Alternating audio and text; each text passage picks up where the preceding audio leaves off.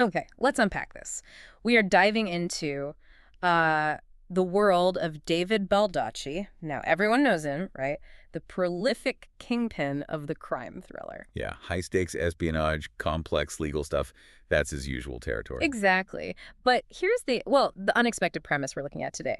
Baldacci took this massive detour into WWII historical fiction. The novel is Strangers in Time.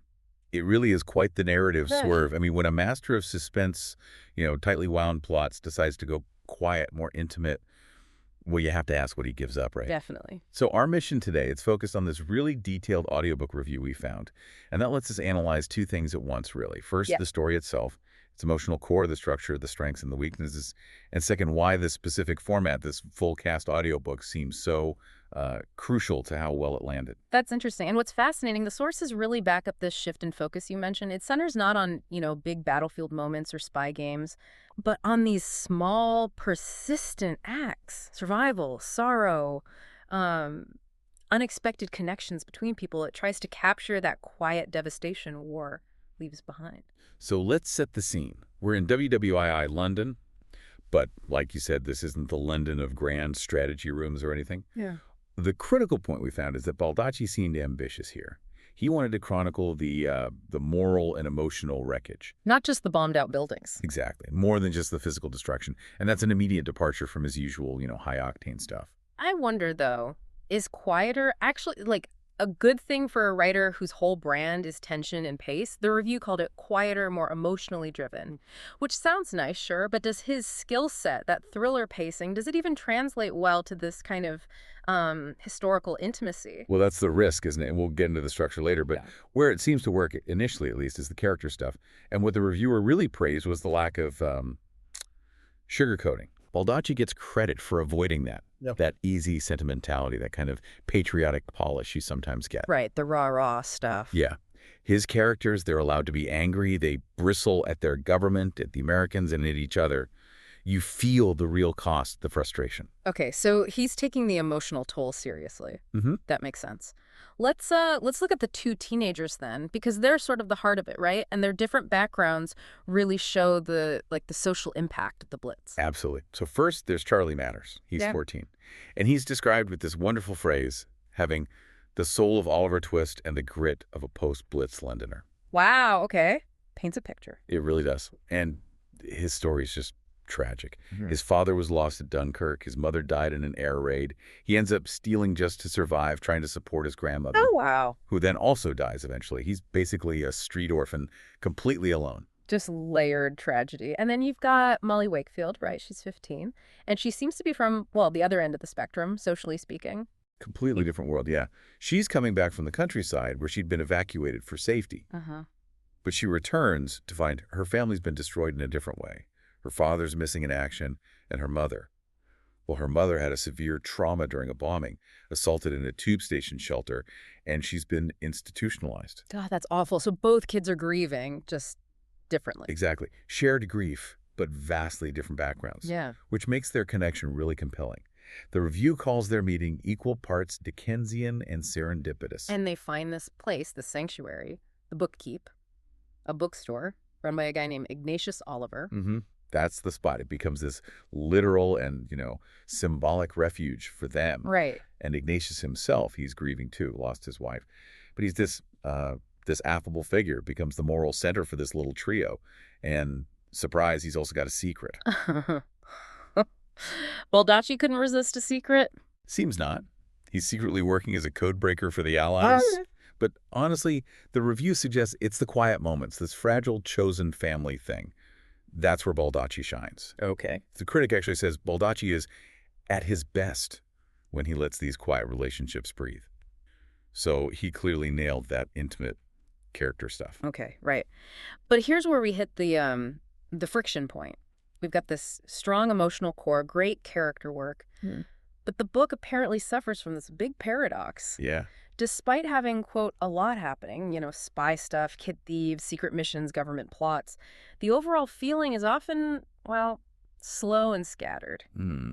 Yeah, I think that comes back to the ambition, maybe trying to do too much. He wanted to capture the emotional and moral wreckage of the whole war, Right. which is, huge. Right. And maybe in trying to juggle all that, the story loses its focus.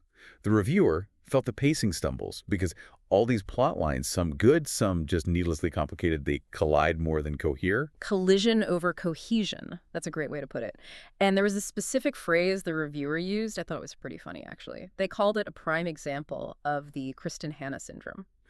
Ooh, that is harsh. What does that mean exactly? Yeah.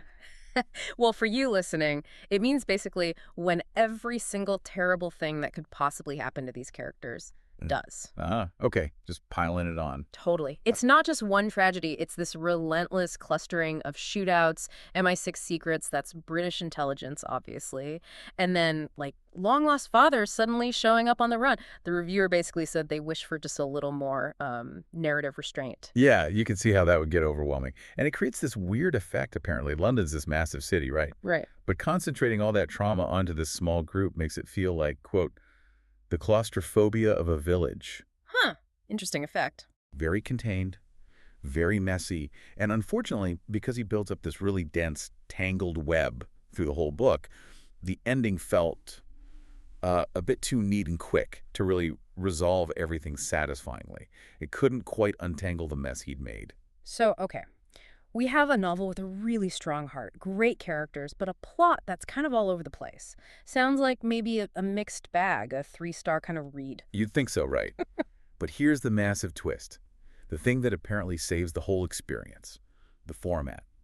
We have to talk about the audiobook.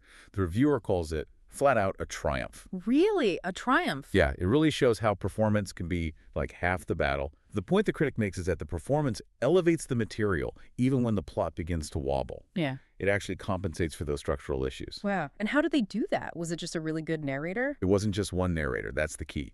It's a full cast performance. So it plays, as the review puts it, like a classic BBC radio drama. No, nice, like a play. Exactly. Which gives it this real warmth, serious emotional weight. It makes those intimate character moments land even harder, apparently. That makes sense. And the cast list, I mean, it's impressive. Reads like a who's who of British drama. You've got Stuart Crank, Alexander Bolton, John Lee, Nicola F. Delgado, Matthew Lloyd Davies, Joe Pitts. Okay, so proper actors. Proper actors, yeah. The sheer quality of that cast tells you this production was meant to be something special, more than just someone reading a book aloud. It was an event.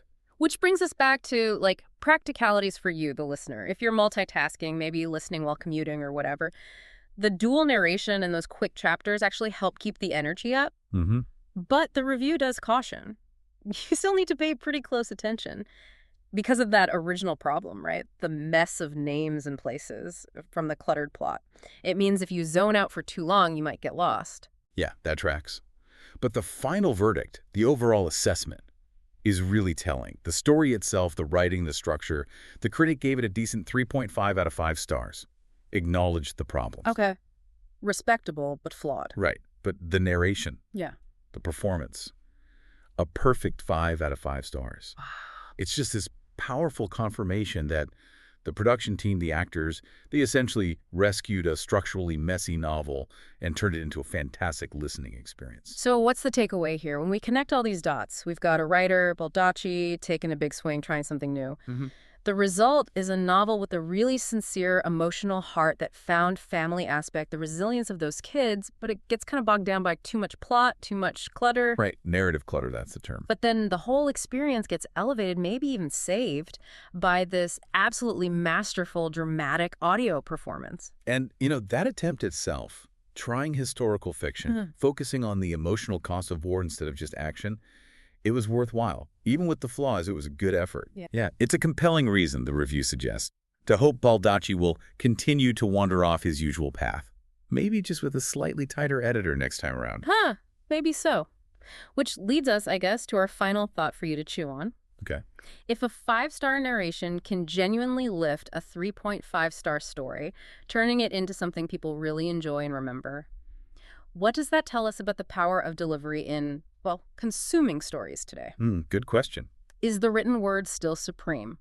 Or is the performance, the way it's delivered, becoming just as important, maybe even more important, in shaping our experience? Something to think about next time you hit play on an audiobook.